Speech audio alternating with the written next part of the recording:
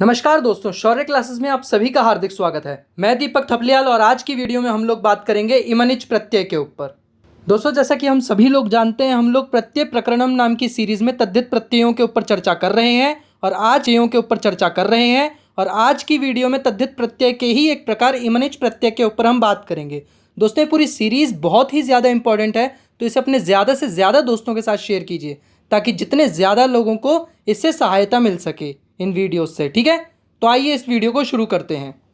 तो आइए दोस्तों, इस सूत्र से शुरू करते हैं प्रत्यय को समझना, क्योंकि क्या है, एक सूत्र ही है जो किसी भी प्रत्यय को या किसी भी विषय को समझने के लिए एक रास्ता तैयार करता है। तो जो हमारा इमनिच प्रत्यय का सूत्र है वो है पृथ्वादिभ्य इमनिज्वा। क्या सूत्र है दोस्तों? सूत्र है पृथ्वादिभ्य इमनिज्वा। अब ये जो हमारा संस्कृत व्याकरण का अष्टाध्यायी ग्रंथ है उसके 5वें अध्याय के पहले पाद का 122वां सूत्र है। क्या? पृथ्वादिभ्य इमनिज्वा। अब ये सूत्र कहता क्या है? तो दोस्तों, सीधी बात है कि इस सूत्र के द्वारा इमनिच प्रत्यय का विधान होता है। इमनिच प्रत्यय होता है कैसे होता है? विकल्प से होता है, ध्यान रखिए। ठीक है, अब विकल्प से अभिप्राय क्या है? विकल्प से दोस्तों समझने वाली बात यह है कि एक बार होता है, एक बार नहीं होता। ठीक है, जब होता है इमनिच प्रत्यय तब तो इमनिच से रूप बनते हैं। जब इमनिच प्रत्यय नहीं होता तब जो होता है दोस्तों अण प्रत्यय होता है। क्या होता है? अण प्रत्यय होता है। ठीक है, तो ये ध्यान रखिएगा, इमनिच प्रत्यय विकल्प से होता है, जब इमनिच प्रत्यय नहीं होता तो अण प्रत्यय होता है। ठीक है, विकल्प का यही अभिप्राय है, एक बार होना है, एक बार ना होना। अब इमनिच प्रत्यय विकल्प से तो होता है, लेकिन किन के साथ? तो आता है प्रातिपदिकों के साथ। ठीक है, प्रातिपदिकों से इमनिच प्रत्यय विकल्प से होता है। किस अर्थ में?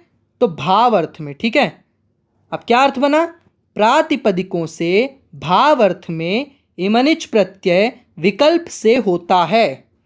विकल्प से अभिप्राय एक बार होता है, एक बार नहीं होता।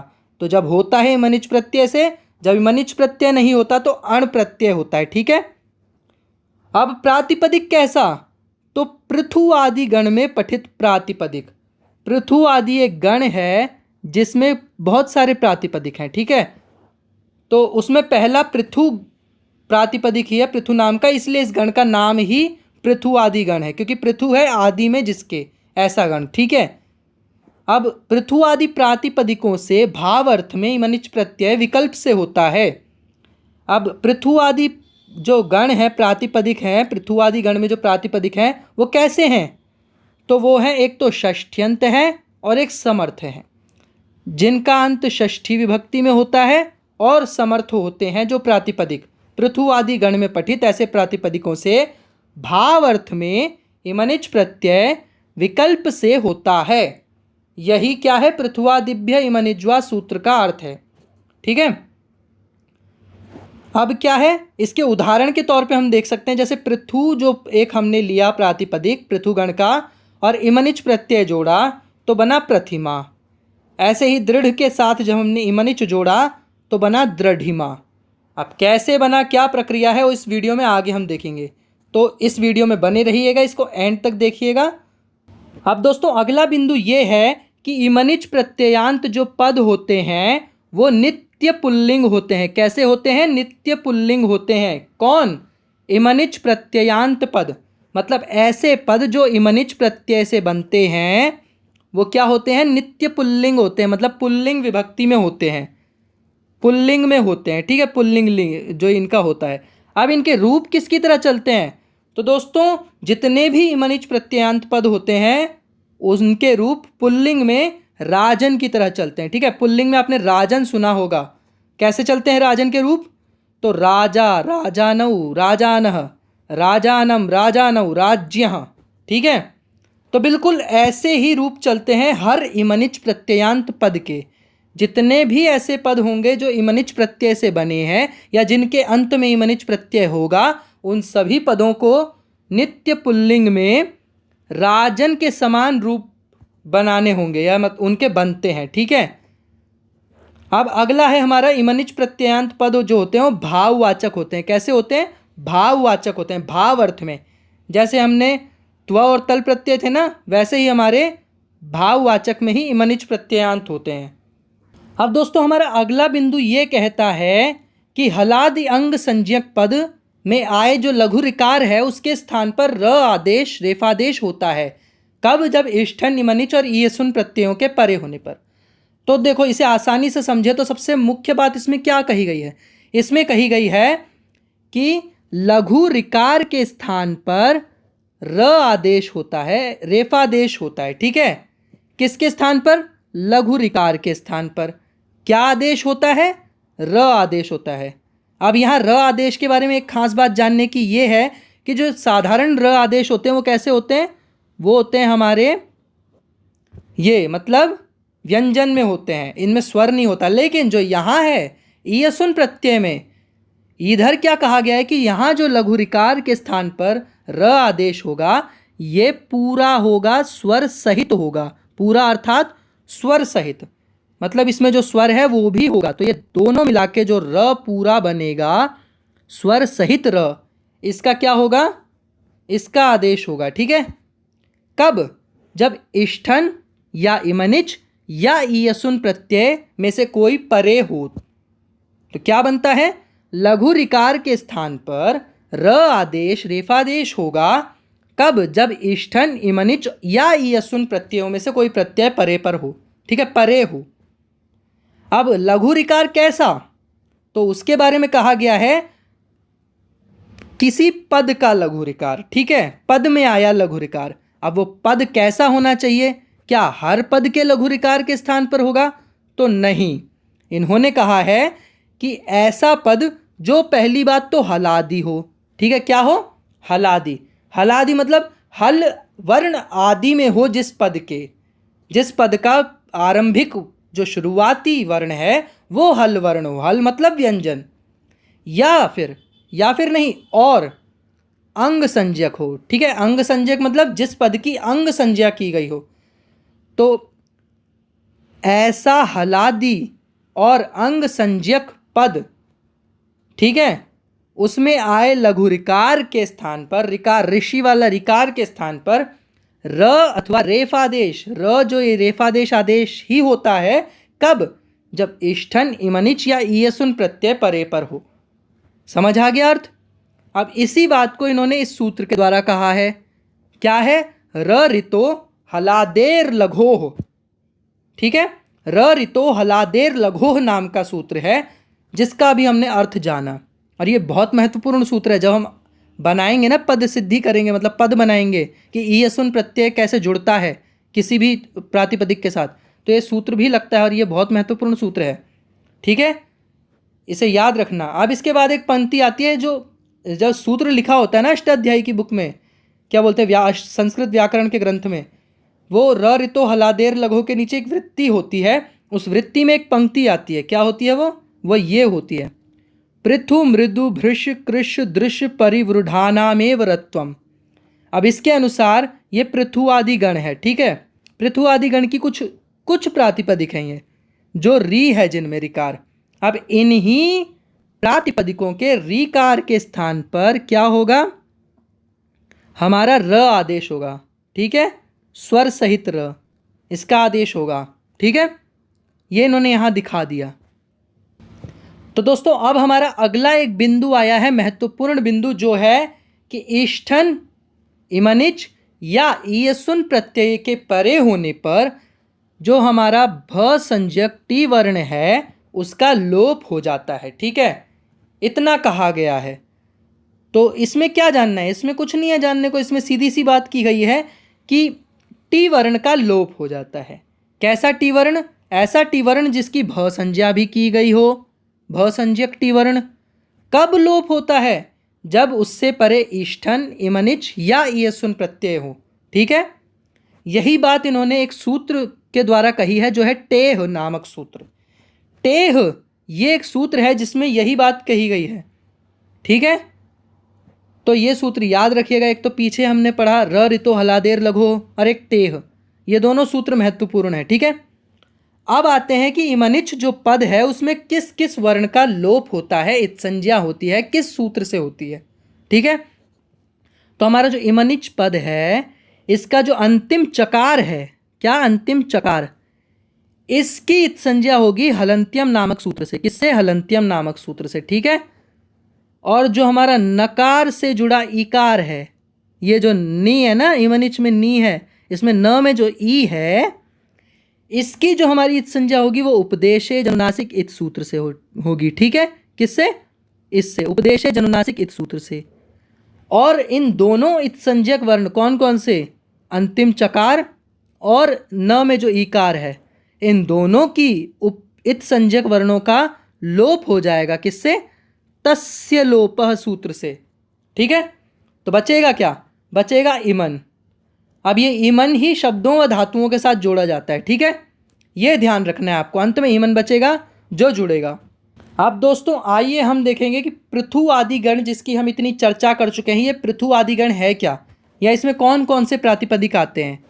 तो देखो दोस्तों, ये है पृथु आदि गण, जिसके आदि में पृथु जैसा प्रातिपदिक हो और उसी के नाम पर इस गण का नाम पड़ गया, पृथु आदि गण। ठीक है। अब इसमें और कौन कौन से हैं प्रातिपदिक? तो पृथु है, मृदु है, महत, पटु, तनु, लघु, बहु, साधु, खंड, दंड, ऐसे ही बहुत सारे प्रातिपदिक हैं। ठीक है। अब इन प्रातिपदिकों के साथ जब इमनिच प्रत्यय जुड़ेगा तो क्या रूप बनेंगे, तो आइए देखते हैं।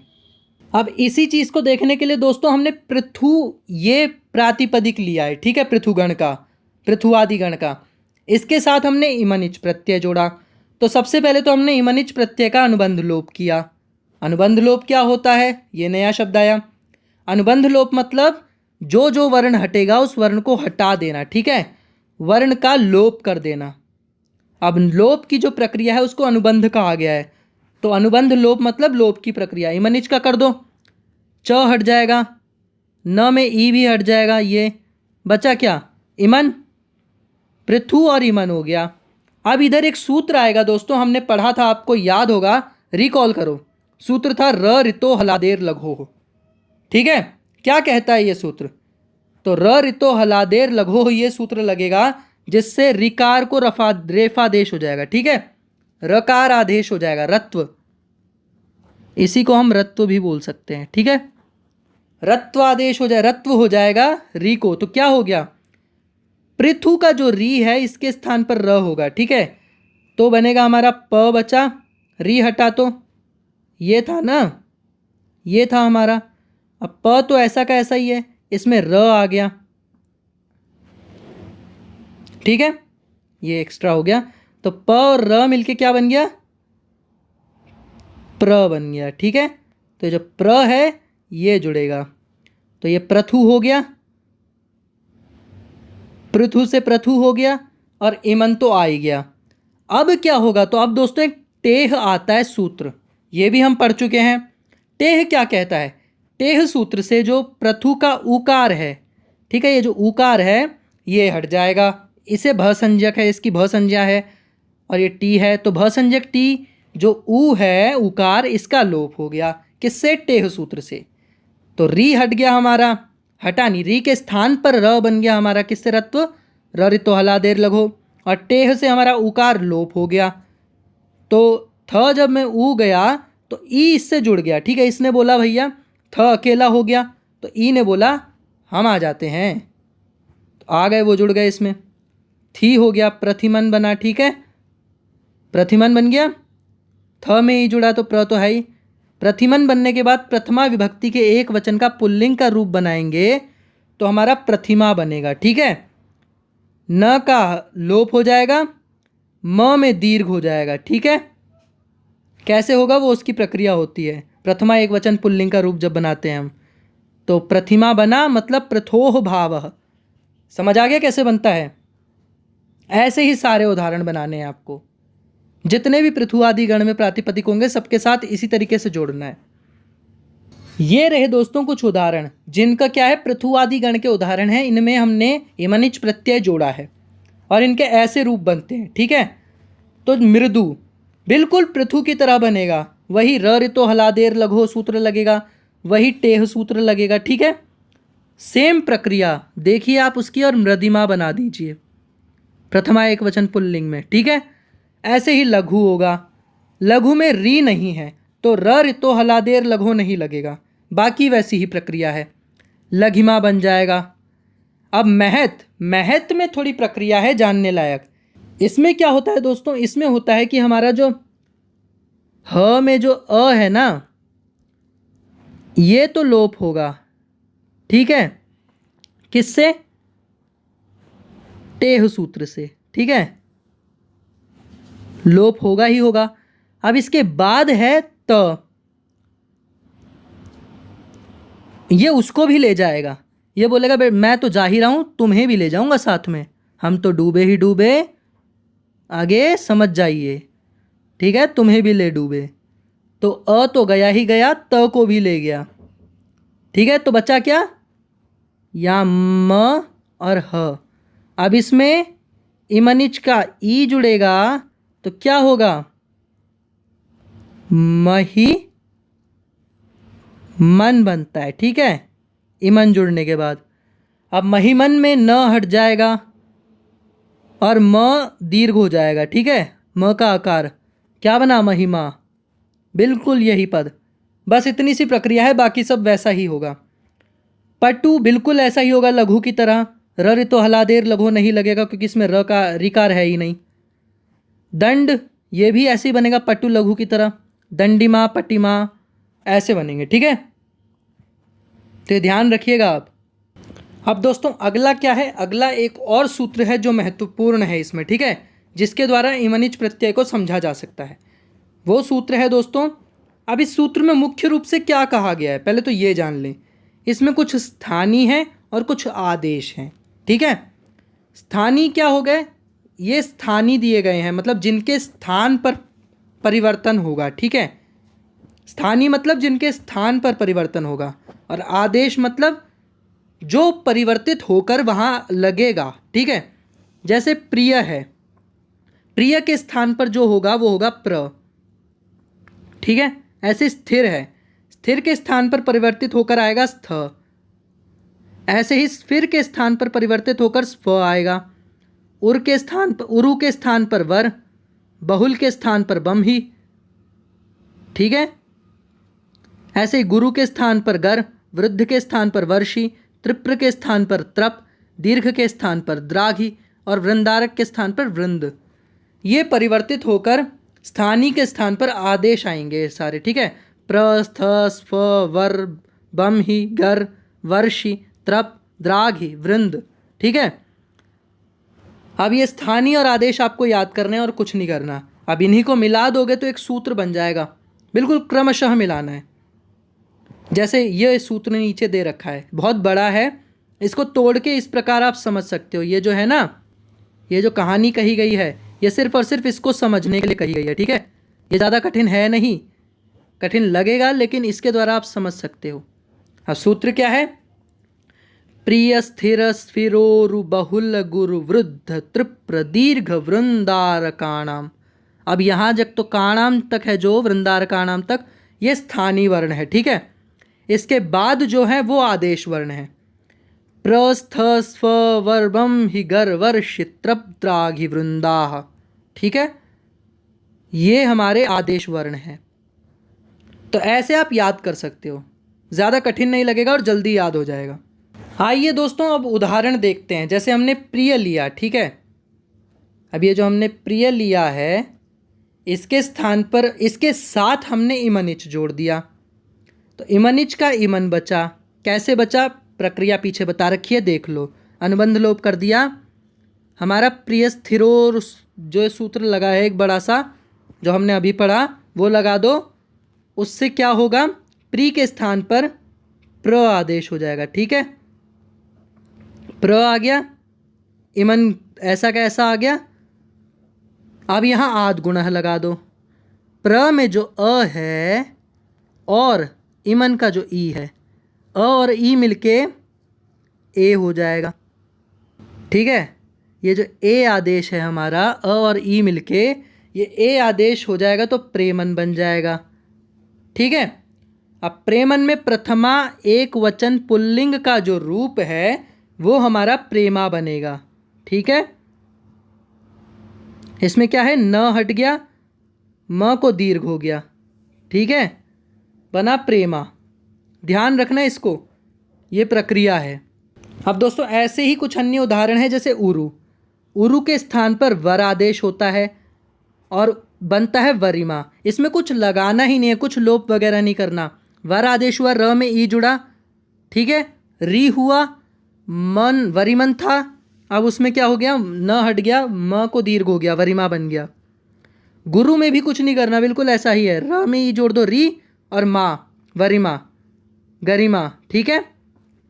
वृद्ध में क्या होगा, वर्षी बनेगा। वर्षी में जो ई है श में, इसे टेह से हट जाएगा, ठीक है, टेह से हट जाएगा। अब टेह से ये हट गया तो बचा क्या, श। उसमें लगा दो हमारा ईमन का ई, ईमन जोड़ दो, बन गया हमारा वर्षिमन। उसमें भी न हटा के म को दीर्घ करके वर्षिमा। ऐसे ही दीर्घ का हमारा द्राघी आदेश होगा, बिल्कुल वर्षी की तरह प्रक्रिया है, द्राघिमा हो जाएगा, ठीक है। ये ध्यान रखिएगा सारे उदाहरण। अब दोस्तों एक और सूत्र है, एक और पंक्ति है जो समझनी ज़रूरी है। इसमें क्या कहा गया है, इसमें कहा गया है कि रंगवाचक या दृढ़ादिगण में पठित, रंगवाचक मतलब रंग बताने वाले पद प्रातिपदिक, या ऐसे प्रातिपदिक जो दृढ़ादिगण में हो, ठीक है। हमने पृथुआदिगण पढ़ा था ना, यहाँ दृढ़ादिगण है, वैसा ही एक दृढ़ आदि पदों का गण है, ठीक है। अब क्या है, इसमें पठित जो षष्ठ्यंत प्रातिपदिक होंगे, कैसे होंगे, षष्ठी में अंत होने वाले प्रातिपदिक, इन प्रातिपदिकों के साथ भाव अर्थ में इमनिच प्रत्यय होता है, जुड़ता है, ठीक है। रंगवाचक या दृढ़ादिगण में पठित षष्ठ्यंत प्रातिपदिकों के साथ भाव अर्थ में इमनिच प्रत्यय होता है। इसी को एक सूत्र के द्वारा कहा गया है, वर्ण दृढ़ादिभ्यः श्यञ्च। अब ये जो सूत्र है वर्ण दृढ़ादिभ्यः श्यञ्च, ये मुख्य रूप से श्यय प्रत्यय करता है। क्या करता है, ये करता है श्यय प्रत्यय, लेकिन विकल्प से करता है। जैसे इमनिच प्रत्यय विकल्प से हुआ था ना, वैसे ही श्यय प्रत्यय है। इमनिच में विकल्प से अण होता है, श्यय में इमनिच ही होता है विकल्प से, ठीक है। श्यय में क्या होता है, विकल्प से इमनिच होता है। समझ आ गया। इसी का एक उदाहरण लिया है हमने शुक्ल, किसका, रंगवाचक का। एक ले लिया हमने शुक्ल, इसमें इमनिच जोड़ा, इमनिच का अनुबंध लोप किया, इमन बचा, शुक्ल वैसा का वैसा आ गया। टेह सूत्र लगाया तो लकार में जो अकार है उसका लोप हो गया, ठीक है, बचा आधा हो गया, इसमें ई जुड़ गया ईमन का, जोड़ दो शुक्ल ईमन को, शुक्लिमन बना। प्रथमा एक वचन पुल्लिंग का रूप शुक्लिमा हो गया, कुछ था ही नहीं करने को। ऐसे ही ऐसे और पद भी बना सकते हो आप। ऐसे ही आप ये भी बना सकते हो, कृष्ण है, इसमें इमनिच जोड़ दो, वही प्रक्रिया होगी शुक्ल वाली, कृष्णिमा बन जाएगा। इसमें कोई लोप नहीं होगा क्योंकि इसमें पृथ्वादिभ्य इमनिज्वा वाला सूत्र नहीं लग रहा, इसलिए क्या होगा, र ऋतो हलादेर लघु नहीं होगा यहाँ। अब रक्त है, रक्त का रक्तिमा हो जाएगा, त में जो अकार है इसका टेह से हट जाएगा, ठीक है, टेह ध्यान रखना है यहाँ बस। दृढ़ है, दृढ़ का दृढ़िमा बनेगा, यहाँ लगेगा र ऋतो हलादेर लघु, ठीक है, र ऋतो हलादेर लघु लगेगा, टेह भी लगेगा, ठीक है, बन जाएगा हमारा दृढ़िमा। तो ध्यान रखिएगा। अब ये कुछ उदाहरण है, इन्हें सॉल्व करके हमें कमेंट बॉक्स में बताइए, ठीक है। लघु के साथ इमनिच जोड़ें तो क्या बनेगा, मधुरिमा और अणिमा को आप विग्रह कीजिए, लिखिए क्या क्या आएगा, और साधु और इमनिच को जोड़ेंगे तो क्या बनेगा, हमें कमेंट बॉक्स में बताइए करके, ठीक है। अब वाक्य प्रयोग है, ठीक है, इमनिच प्रत्ययांत पदों का वाक्य प्रयोग कैसे किया जाए। अब यहाँ वाक्य प्रयोग करके बताएंगे, जैसे हमने त्व और तल प्रत्यय का किया था ना भाव अर्थ में, वैसे ही इसमें भी वाक्य बनेगा, कुछ अलग नहीं है इसमें, ठीक है, वैसी ही प्रक्रिया होगी। अब जैसे उदाहरण के तौर पर ले लो, कपड़े का कालापन देखो मित्र, ये एक वाक्य लिया हमने, तो क्या बनेगा, कपड़े का, वस्त्रस्य, षष्ठी विभक्ति एक वचन, ठीक है, कालापन, कृष्णिमाम, देखो, पश्य, मित्र, मित्र, ठीक है। कपड़े का कालापन, वस्त्रस्य कृष्णिमाम, देखो मित्र, पश्य मित्र, ठीक है। ऐसे ही दो और वाक्य हो गए, जैसे राकेश का मोटापन बढ़ रहा है, तो राकेश का, राकेशस्य, षष्ठी एक वचन, मोटापन, प्रतिमा, पृथु जो है, पृथु वो मोटेपन के लिए ही होता है भाव, मोटे का भाव, ठीक है, तो प्रतिमा बनेगा मोटापन का, इमनिच प्रत्यय जोड़ के, बढ़ रहा है, वर्धते, ठीक है। तो राकेशस्य प्रतिमा अर्थात मोटापन बढ़ रहा है, वर्धते। अब आता है खंभे की लंबाई देखने लायक है। खंभे की, स्तंभस्य षष्ठी एकवचन, लंबाई द्राघिमा देखने लायक है, दर्शनीय अस्ति, ठीक है। स्तंभस्य द्राघिमा दर्शनीय अस्ति, देखने लायक है। स्तंभ की, खंभे की क्या, लंबाई देखने लायक है। खंभे की, स्तंभस्य षष्ठी एकवचन, लंबाई द्राघिमा देखने लायक है, दर्शनीय अस्ति, ठीक है। स्तंभस्य द्राघिमा दर्शनीय अस्ति, देखने लायक है। स्तंभ की, खंभे की क्या, लंबाई। आइए दोस्तों, अब हमारा मोस्ट एक्साइटिंग सेगमेंट आता है पहचान कौन गेम। क्या पहचानना है? इमनिच प्रत्यय की खोज, भारत की खोज, इमनिच प्रत्यय की खोज। अब ये कैसे करनी है तो ये देखते हैं हम। अब देखिए कैसे करना है। यहाँ पद दे रखे हैं, हर पंक्ति में से एक जो होगा वो इमनिच प्रत्ययांत पद होगा, ठीक है। हमें वो छांटना है हर पंक्ति में से एक। पहली पंक्ति में है लघुता, लघिमा और लघुत्वम। इनमें से कौन सा इमनिच प्रत्ययांत पद है? लघुता में क्या है? नहीं है, इसमें तल है, ठीक है। लघुता में तल प्रत्यय है, ठीक है। अब लघुत्वम में क्या है? उसमें त्व प्रत्यय है, ठीक है। तो तल और त्व प्रत्यय, लघुता में तल, लघुत्वम में त्व, ये भी नहीं होगा, ये भी नहीं होगा। बचा लघिमा। इमन का इमा होता है अंत में, याद होगा आपको, तो प्रथमा एक वचन पुल्लिंग में, ठीक है। तो हमारा ये सही है, लघिमा, पहले में लघिमा, ठीक है। दूसरा करुणा कारुण्यम प्रतिमा, कौन सा होगा? करुणा नहीं, करुणा नहीं है। कारुण्यम भी नहीं है। प्रतिमा, इमा बचता है लघिमा की तरह, प्रतिमा, बिल्कुल सही, ये हो गया हमारा। इसके बाद आता है गरिमा गुरुता गरिष्ठ, कौन सा होगा? गरिष्ठ नहीं होगा, इष्ठन होता है इसमें। क्या होगा? इष्ठन होगा गरिष्ठ में। गुरुता भी नहीं होगा, इसमें तल होगा, ठीक है। बचा क्या? गरिमा, बिल्कुल सही, ये तीसरा हो गया।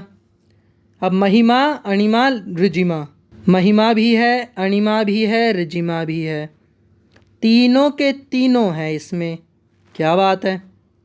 ये भी है, ये भी है, ये भी है, ऑल करेक्ट। तो हमारे कितने हो गए? 6 हमें मिले कुल, ठीक है। इसमें तीनों के तीनों थे, तो ऐसे पहचानते हैं, ठीक है। इसमें भी इमा इमा इमा इमा इमा अंत में बचता है प्रथमा एक वचन पुल्लिंग में, ठीक है। तो इससे पहचान सकते हैं। अब दोस्तों हमने इमनिच प्रत्यय को पूरी वीडियो में अच्छे से पढ़ लिया, ठीक है।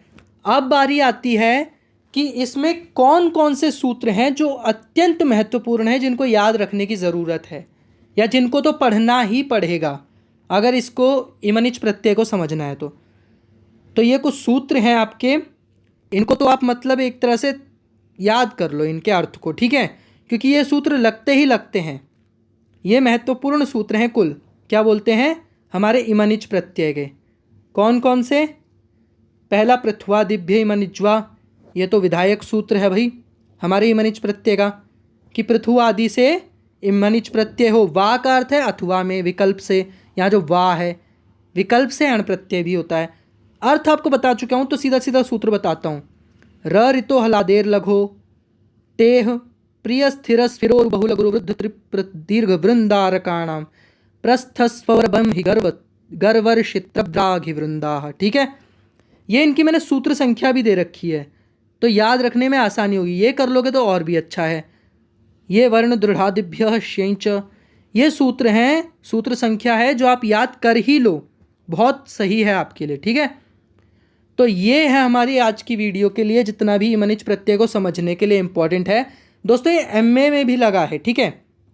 एमए के सेकंड ईयर में जो हमारा पोर्शन है ना प्रत्ययों का, उसमें है, ठीक है।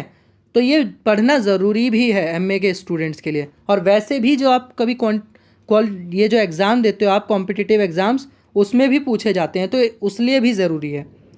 तो ये था इमनिच प्रत्यय, ठीक है। ये वीडियो आपको अच्छी लगी तो इसे लाइक करिए, शेयर करिए, कमेंट करिए, ज़्यादा से ज़्यादा दोस्तों के साथ शेयर कीजिए दोस्तों, ताकि ज़्यादा से ज़्यादा बच्चों तक वीडियो पहुँचे और उनको मदद मिल सके, ठीक है। तो दोस्तों आज की वीडियो में इतना ही, मिलते हैं अगली वीडियो में। नमस्कार।